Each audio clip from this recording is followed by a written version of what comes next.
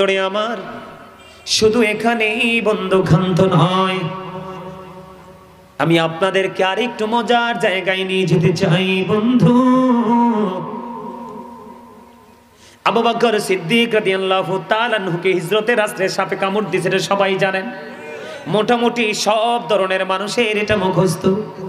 নবীজির থুতু মুবারক যখন বন্ধু দিলেন সেই ক্ষত জায়গায়, সঙ্গে সঙ্গে সাপের বিষ ভালো হয়ে গেছে। সুবহানাল্লাহ। আর এই দেশে সাপে কামড় দিলে হসপিটালে ইনজেকশন দিয়েও বাঁচাইতে পারে না। আবার কোন মুখে বলো নবী আমার মতো? নাউজুবিল্লাহ বলেন না কেন?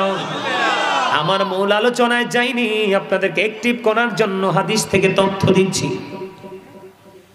আপনারা একবার ভেবেছেন কি ইসলামের প্রথম খলিফা হলো আবু বকর?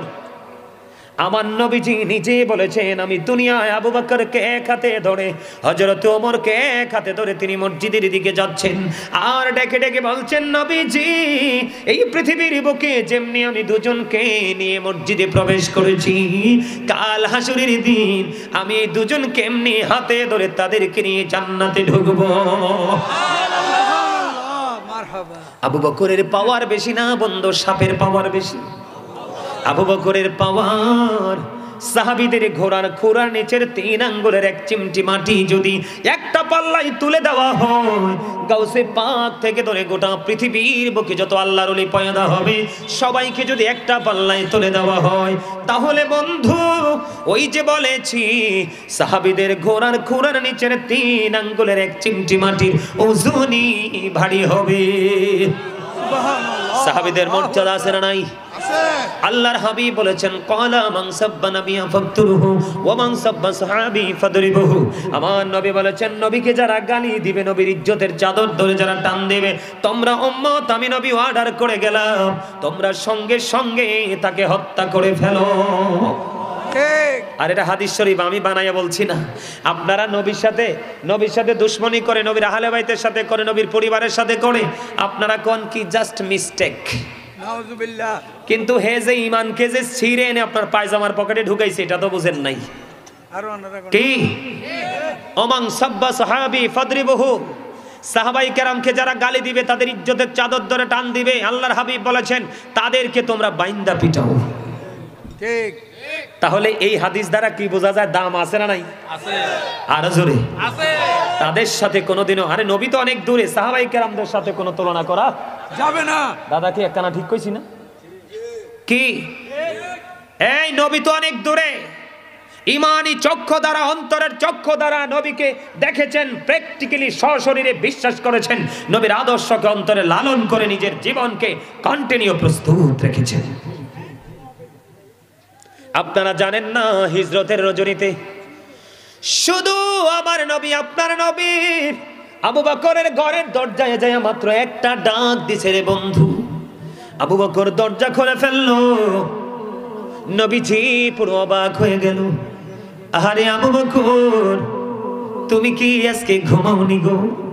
নবী, যেদিন শুনেছি আপনি আমাকে নিয়ে হিজরত করবেন গো, সেদিন থেকে আমি বিছানায় পেট লাগাই নাই, আমি শুধু অপেক্ষায় ছিলাম গো, কখন জানি আমার নবী এসে আমাকে ডাক দিবে, আমার নবী আমার দরজায় এসে দাঁড়িয়ে থাকবে, আর আমি আবু বকর ঘুমাবো।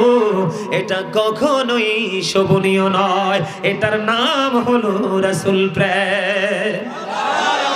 আপনারা জানেন না বন্ধু, ইতিহাস যদি জানতে পারতেন তাহলে বুঝতে পারতেন রাসূল যে কত বড় নিয়ামত।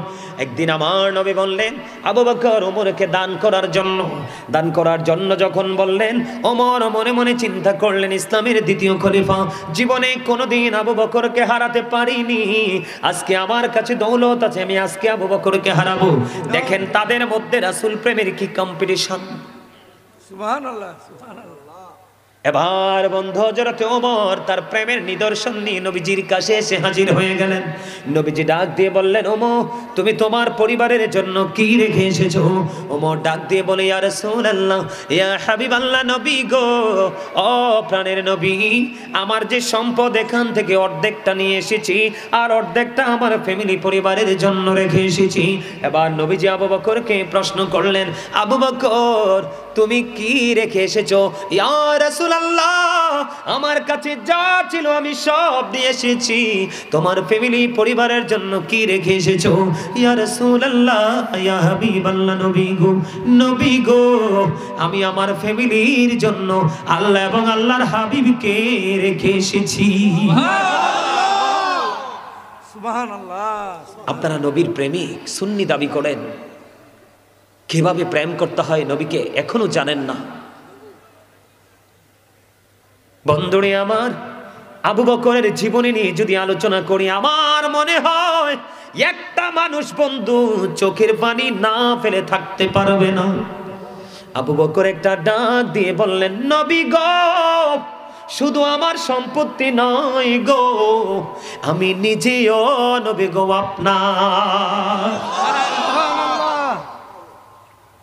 আবু বকর আমার দিকে তাকান বন্ধু, যখন ওই গুহার মধ্যে ঢুকলো, ওই যে সাপটা যে কামড় দিল, রহস্যটা কি আপনারা আগে শুনছেননি? এই যে সাপটা যে কামড় দিল, কেন কামড় দিল, তার উদ্দেশ্য কি ছিল, এটা শুনছেন নীতি পড়বে। আমি আপনাদের কি বলবো, ও বন্ধু, ঢুকার পরে যখন গর্তগুলো দেখতে পেলেন, গায়ের জামা ছিঁড়ে ছিঁড়ে ছিঁড়ে ছিঁড়ে সবগুলো গর্ত ফিল আপ করে দিল। আরো একটা গর্ত অবশিষ্ট রয়েছে, এই গর্তের মুখটার মধ্যে আবু বকরের বরকতময় পাটা লাগাইয়া দিছে। লাগাইয়া দিতে দেরি রে, সাপটা বন্ধু সবল কামড় মারতে দেরি করলো না। এই দিক দিয়ে সাপটা আবু বকরের পায়ে কামড় দিয়ে দিল, এই দিক দিয়ে নবীজির এখানে মাথা, নবীজি এখানে মাথা মোবারক রেখে ঘুমিয়ে গেল। আমার নবী ঘুমিয়ে গেল রে।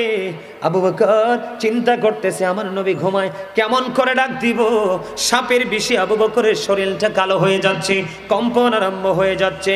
ও বন্ধু, একটা ফোঁটা চোখের পানি আমার নবীজির পবিত্র শরীর মোবারকে পড়লো, নবীজির ঘুম ভেঙে গেল। চাইয়া দেখলেন আবু বকরের এই পরিস্থিতি। কিন্তু এখানে মূল রহস্যটা হলো, কেন গো বন্ধু আবু বকরকে সাপটা কামড় দিল? যেই দিন ওই হিজরতের রজনীটা ছিল, ওই দিন ওই যে সাপটা সবল মেরেছে, ওই সাপটার গর্তে বসবাসের বয়স ছিল 1500 বছর। জোরে বলেন না আল্লাহু আকবার। কত শত বছর? আরো জোরে বলেন। 1500 বছর ধরে এই জায়গার মধ্যে সাপটা অবস্থান করতেছে। যখন গর্তের মুখটা বন্ধ করে দিল, আমার আবু বকরকে সাপ ডেকে ডেকে বলে, রে রে আবু বকর, তুমি কেন বোঝো না, আমি তোমাকে কষ্ট দেওয়ার জন্য সবল দেইনি, আমি তোকে মেরে ফেলার জন্য কোনো কামড় দেইনি রে আবু বকর। আজকে 1500 বছর পর্যন্ত আমি এই গর্তের মধ্যে অবস্থান করতেছি শুধু প্রাণের নবীর দিদার নেওয়ার জন্য। রে আবু বকর, তোমার পাটা সরগ, আমি প্রাণ ভরে প্রাণের নবীকে দেখব। জোরে জোরে কন্যা সুবহানাল্লাহ। আমরা সেই নবীর উম্মত রে। ও বন্ধু, মক্কার আঁকা বাঁকা পথে যখন আমার নবীজি হাঁটতেছেন, আমার নবীজি যখন হাঁটে, হযরতে আলী রাদিয়াল্লাহু তাআলা আনহু নবীজির সফর সঙ্গী ছিলেন। হযরতে আলী দেখি দেখি বলছেন, আমার নবী যখন হাঁটে, আমি আলী নিজে কানে শুনতে পেয়েছি, গাছপালাগুলো নবীকে সালাম দিয়ে দিল, এবং কি রাস্তার পাথরগুলো পর্যন্ত আমার নবীকে সালাম দিয়েছে।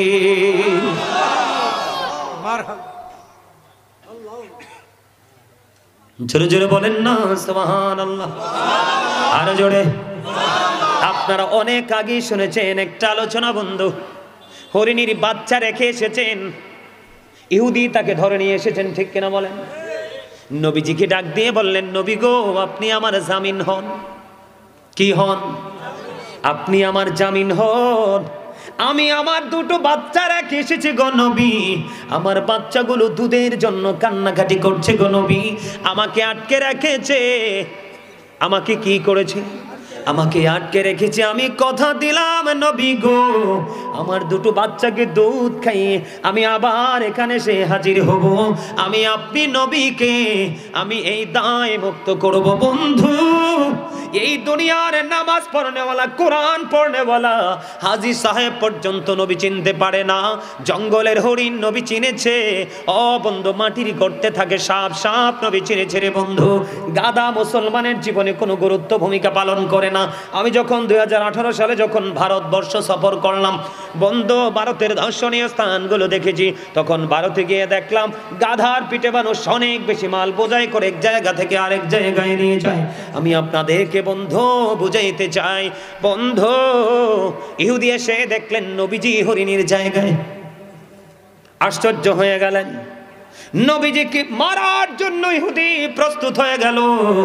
নবীজি বলে, তুমি উত্তেজিত হইও না, রাগান্বিত হইও না, হরিণী কথা দিয়েছে রে, সে তার বাচ্চাগুলোকে দুধ খাওয়াইয়া সে চলে আসবে।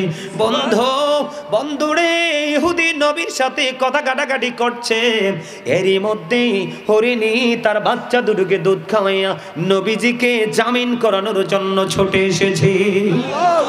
ইহুদি আশ্চর্য হয়ে গেছে রে, জোরে জোরে সুবহানাল্লাহ।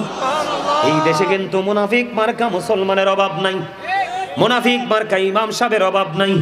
চাকরি বাঁচানোর জন্য নবীর মিলাদ পড়ে, মাহফিলে এসে দেখে সব নবীর প্রেমিক মিলাদ কিয়ামের পক্ষে, চাকরি হাদিয়ার জন্য মিলাদ কিয়াম করে আছে না নাই? আমাদের মাঝে অনেক আছে বন্ধু। আমি আপনাদেরকে বলি, দেখেন আবু বকর একদিন একজন মুসলমান মুনাফিক মার্কা মুসলমান এবং একজন বেদিন দুজনের ফয়সালার লাগিয়া নবীর কাছে গেলেন। নবীজির কাছে যাওয়ার পরে সব শুনে নবীজি যে রায়টা দিয়েছেন, রায়টা চলে গেল বন্ধু ওই বিদুর্মীর পক্ষে। কার পক্ষে? পক্ষে যখন চলে গেল, মুনাফিক মার্কা মুসলমান নবীজির রায়টা মানবে না, রাজি না। কই এই দেশে আরেকজন বিচারক আছে, জাজরাইল বিচারক, তিনি হলেন কে? হযরতে ওমর। কই আমি ওমরের কাছে যাব বিচারের জন্য। এবার দুজন মিলে চলে গেলেন ওমরের কাছে। ওমরের কাছে যাওয়ার পরে ওই মুসলমান বিচার চাইলেন। এবার ওই বেঈমান একটা ডাক দিয়ে বলল, ওমর তোমাদের নবী বিচার করার পরে আর কি কারো বিচার করার কোনো ইখতিয়ার থাকে? কয় না না, কয় বিচার কি হয়েছে? কয় নবী মুহাম্মদ তো বিচার করেছে। এবার ওমর বললেন, এই তুমি কিন্তু বেয়াদবি করতেছো, বাদাম খাচ্ছ। মানে সে বাদাম খাক, ইচ্ছে মতো খাক, কিন্তু সে এমন ভাবে হাসি খুশি ঠাট্টা বিদ্রুপ করছে, মনে হচ্ছে যে আমাকে নিয়ে তামাশা করা হচ্ছে। I say get out, you stand up. এটা কি বাদাম খাওয়ার জায়গা, রং তামাশার জায়গা? আমি বলছি না যে I say go to your seat, out of sight, don't disturb me.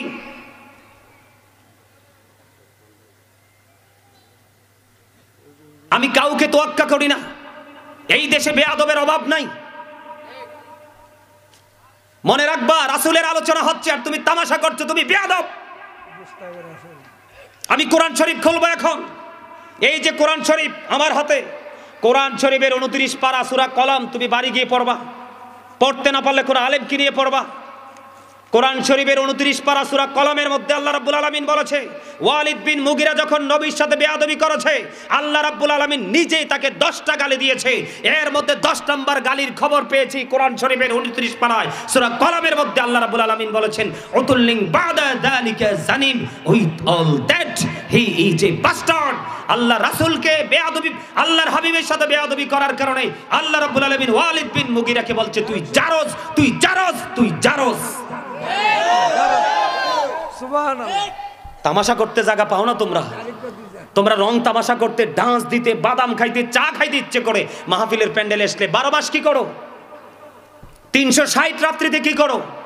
ঘরে মা আছে, বাবা আছে, ভাই বোন আছে, বিবি আছে, তাদেরকে নিয়ে খাও, মজা করো। ওটা তো করো না। রাসূলের সুন্নত তো কোনোটাই মানো না। আল্লাহ রাসূল বলছে, তুমি দোকানে চা খাইলে বিবিকে বারিশা চা খাওয়াইবা, তুমি নিজে কাপড় পরলে বিবির জন্য নিয়ে যাবা, এটা তো করো না। তামাশা করো। কথা বুঝেন না? আল্লাহ রাসূল বলেছেন, believers love the profit, hypocrites don't love the profit. আমার নবী বলে দিয়েছেন, মুনাফিকরা আমি নবীকে ভালোবাসবে না, ঈমানদাররাই আমি নবীকে ভালোবাসবে। আল্লাহ বলেছেন, ইন্নাল মুনাফিকিনা ফিদ দারকিল আসফালি মিনান নার। আল্লাহ রাব্বুল আলামিন বলেছেন, the hypocrites will be in the lowest place of hell. আল্লাহ রাব্বুল আলামিন বলেছেন, মুনাফিকদের জন্য বরাদ্দ জাহান্নামের একেবারে নিকৃষ্ট জায়গাটা। সবচেয়ে বড় মুনাফিক হলো যারা নবী সম্পর্কে এখানে একটা বলে, ওখানে গিয়ে আরেকটা বলে। কথা বলেন না কেন? ইমামতি বাঁচানোর জন্য একটা বলে, মসজিদের মিম্বর ছেড়ে আরেকটা বলে। কথা কর না কেন? আর জোরে দেখেন, আমার নবী ওমর বিচার করলেন। ওমর বললেন, তোমরা বসো, আমি আসছি। ভিতরে গেলেন, উন্মুক্ত তলোয়ার হাতে নিয়ে আসলেন, এসে সঙ্গে সঙ্গে মুসলমানের গলাটা কেটে ফেলে দিলেন। তোমার সামনে নবীর সাথে বেয়াদবি করলে, তামাশা বললে, তুমি বলো স্লিপ অফ টাং, অন্যথায় বলো জাস্ট মিস্টেক। তুমি ইমানদার? হ্যাঁ। ওমর ডাক দিয়ে বলে, রে তুই কেমন মুসলমান, যিনি পৃথিবীর শ্রেষ্ঠ বিজ্ঞানী, যিনি হলেন নুরুন আলা নূর। হাদিসে কুদসির মধ্যে আল্লাহ বলেছেন, লাউলা কালামা ঝাড়তু রববিয়তি, আল্লাহ বলতেছেন আমি যদি আমার হাবিবকে প্রকাশ না করতাম, আমি আবার প্রভুর প্রভুত্ব প্রকাশ হতো না। আমি আমার হাবিবকে পাঠাইলাম, পাঠানোর পরে সৃষ্টির কাছে আমি খোদার পরিচয় আমি পাঠিয়ে দিলাম। সেই নবী কামলেওয়ালা বিচার করেছে, তুমি নবীর পায়সালা মানতে পারো না, তোমার পৃথিবীতে বেঁচে থাকার কোনো অধিকার নাই। সঙ্গে সঙ্গে বন্ধু কি করলেন, ওই মুনাফিক মার্কা মুসলমানের কল্লাটা তার দেহ থেকে নামিয়ে দিলেন। এবার ইহুদি একটা ডাক দিয়ে বললেন, ওমর, ওমর রে, ও ওমর, এই যদি হয় তোমাদের ধর্মের নীতি রে, তাহলে আমি মনে করি আমার ধর্মের মধ্যে কোনো কিছু নাই, শুধু নষ্টামি ছাড়া। ওমর চলো গো, এখন নিয়ে চলো না তোমাদের নবীর কাছে, আমি এখনই কালেমা পড়ে মুসলমান হয়ে যাব। নবীর প্রেম দেখে, নবীর সততা দেখে, নবীজির মর্যাদা দেখে বেঈমান কাফের এখনো পর্যন্ত মুসলমান হচ্ছে। আর তুমি সলিমউদ্দিনের ফলা কলিমউদ্দিন গায়ে গতর একটু মোটা সোটা হইছো, বাফে সুদ খাইয়া ঘুষ খাইয়া কটা টাকা হইছে, মানুষকে আর মানুষ মনে করো না, আলেমদেরকে পরোয়া করো না। I don't care. আলেমরা কখনোই বড় লোককে তোষামত করে চলে না। আল্লাহ বলেছেন পৃথিবীর বুকে যেই বান্দা পাঠিয়েছেন, এর মধ্যে আল্লাহকে যদি সত্যিকারের ভয় করে, তাহলে সেই ভয় আছে একমাত্র আলেমদের ছিনায়। আল্লাহ বলেছেন, ইন্নামা ইয়াখশাল্লাহ মিন ইবাদিহিল উলামা। আমার দিকে তাকান, আমি প্রেমের জগৎটা চেঞ্জ করে ফেললাম। আমি এখন যাব ভয়ঙ্কর নবী দুশমনদের কি পরিণতি হবে সেই দিকে। আমি হাদিসে যাব পড়ে। আল্লাহ রাব্বুল আলামিন বলেছেন, ইন্নাল্লাযীনা ইউযুনাল্লাহা ওয়া রাসূলাহু লা'নাহুমুল্লাহু ফিদ দুনিয়া ওয়াল আখিরাহ ওয়া আ'আদ্দা লাহুম আযাবাম মুহিনা। আল্লাহ রাব্বুল আলামিন বলেছেন, আল্লাহ এবং রাসূলকে যারা কষ্ট দেয়, আল্লাহ তাদেরকে দুনিয়া আখিরাতে লানত দিয়েছেন। আরো জোরে বলেন নাউযুবিল্লাহ। আল্লাহ রাব্বুল আলামিন বলেছেন, ওয়া আ'আদ্দা লাহুম আযাবাম মুহিনা, তাদের জন্য লাঞ্ছনাদায়ক শাস্তি প্রস্তুত করে রেখেছেন। তোমার কত বড় দুঃসাহস! আল্লাহ বলেছেন, ইয়া আইয়ুহাল্লাযীনা আমানু লা তারফাউ আসওয়াতাকুম ফাওকা সাওতিন নবী। ঈমানদারদেরকে ডেকে ডেকে আল্লাহ বলেছেন, তোমরা একজন আরেকজনকে যেভাবে সম্বোধন করে কথা বলো, আমার নবীর সঙ্গে এমনি ভাবে কথা বলো না। নবীর কণ্ঠস্বরের উপর তোমার কণ্ঠস্বরকে উঁচু করিও না। আওয়াজ তুলে তুলে বলেন না আল্লাহু আকবার। নবীর হাদিসকে অ্যাভয়েড করে, বয়কট করে, ইশারা ইঙ্গিতে কৌশলে এমন আছে না নাই? আরো জোরে কন্যা। আমরা নবীকে ইজ্জত করলে, সালাম দিলে বন্ধু, অনেকেই বেদাত বলে, বেদাত ফতোয়া দইন আছে না নাই? আল্লাহ রাব্বুল আলামিন বলেছেন, অতুআযিরুহু ওয়াতুআক্কিরুহু। আল্লাহ বলেছেন, help him and respect him. তোমরা আমার হাবিবকে সাহায্য করো এবং সম্মান করো। কে বলছে? আরো জোরে বলেন না কে? আরো জোরে বলেন না কে? বন্ধুরে আমার, আমার দিকে থাকা, নবীর সাথে বেয়াদবি করার কারণে কি পরিণত হলো? আমার নবী একদিন বললেন, কাব ইবনে আশরাফকে হত্যা করার মতো কে আছো? কেন? সে আল্লাহ এবং আল্লাহর হাবিবকে কষ্ট দিয়েছে। হযরতে আব্দুল্লাহ ইবনে মাসলামা রাদিয়াল্লাহু তাআলা আনহু দাঁড়িয়ে গেলেন, দাঁড়িয়ে বললেন, আমি নবী তাকে হত্যা করে ফেলবো। পরে নবীজির অর্ডার পেয়ে সঙ্গে সঙ্গে কাব ইবনে আশরাফকে হত্যা করে আমার নবীজির কাছে এসে খবর জানিয়ে দিলেন। নবীর সাথে বেয়াদবি। হযরতে ওমর তার নিজের বাবার দেহ থেকে মাথাটা নামাইয়া ফেলছে, শুধু নবীজির সাথে বেয়াদবি করার কারণে। আমার নবীজি বললেন, হযরতে আবু রাফে নামক ইহুদিকে হত্যা করার মতো কে আছো? তখন বন্ধু আমার নবী কি করলেন? আবু রাফে নামক ইহুদিকে হত্যা করার জন্য আব্দুল্লাহ ইবনে আতিককে দলনেতা বানিয়ে পাঠিয়ে দিলেন। তার দুর্গ হলো হিজাজে, সেই হিজাজ ভূমিতে বসবাস করেন।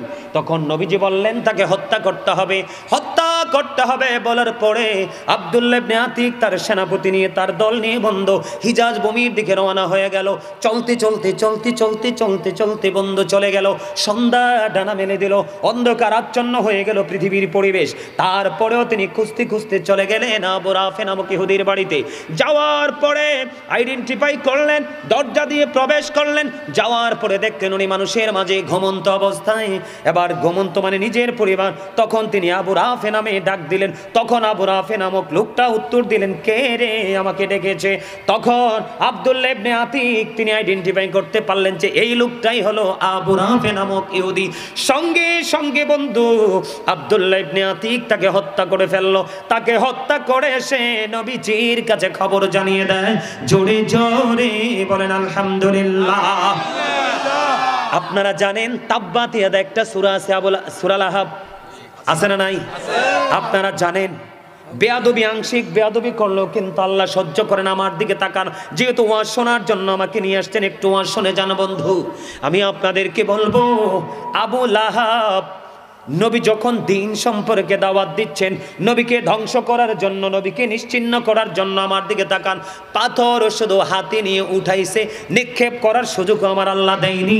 সঙ্গে সঙ্গে সূরা লাহাব নাজিল করে আল্লাহ রাব্বুল আলামিন আবু লাহাব এবং তার সব কিছু ধ্বংসের খবর জানিয়ে দেয়। শুধুমাত্র নবীজিকে মারার জন্য হাতটা উঠাইছে, প্ল্যানটা করছে, এইটুকু বেয়াদবি আমার আল্লাহ সহ্য করে নাই। কিন্তু সেই আবু লাহাব নবীজি যখন আগমন করলেন, আগমন করার পরে তার দাসী সুয়াইবাকে ছেড়ে দিলেন।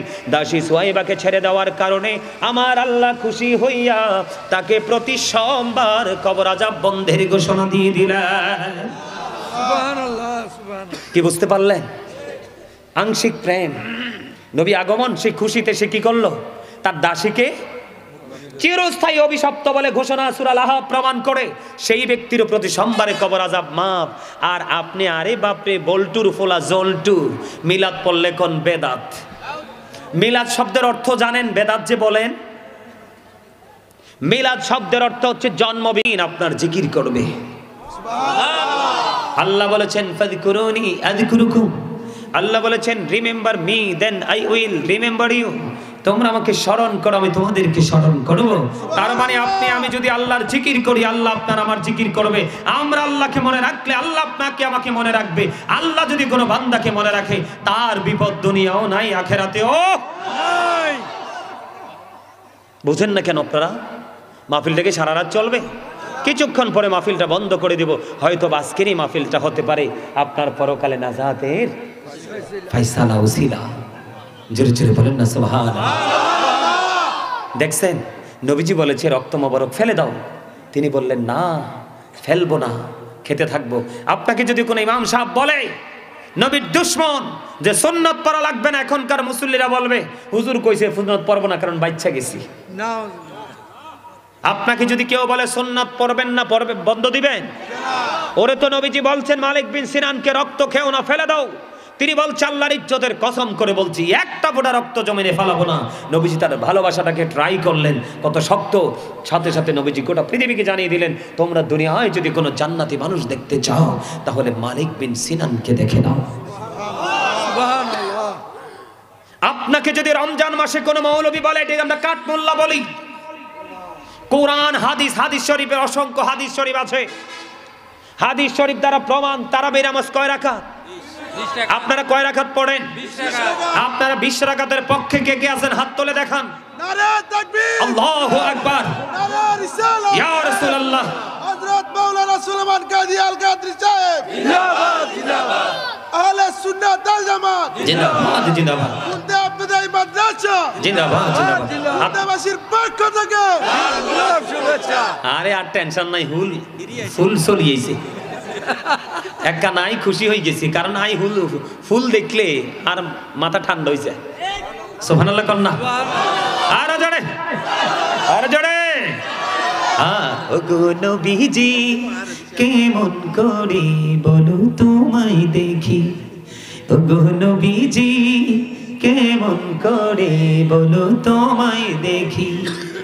আছো তুমি ওই মদিনায় বলে নাচো তুমি, ওই মদিনা সঙ্গে নিয়ে দুই প্রেমিক সাথী, কেমন করে বলো তোমায় দেখি। এটা আমার লেখা গজল। জামালে আমার গজল শুনতে চাইছে, লেখা পরে শোনাবো। আপনারা গজল মনে হয় পছন্দ করেন না? না, আপনারা আমার সাথে সাথে একটু গাইবেন। গজল তো আশেকের রুহের খোরাক, রাসূলের শান তো আশেকের কিসের খোরাক? কেন বললাম আপনাদের কি যদি কোনো মৌলবী বলে যে তারাবি নামাজ 20 রাকাত পড়ো না, আপনারা কি বাদ দিবেন? কথা বলেন, বাদ দিবে?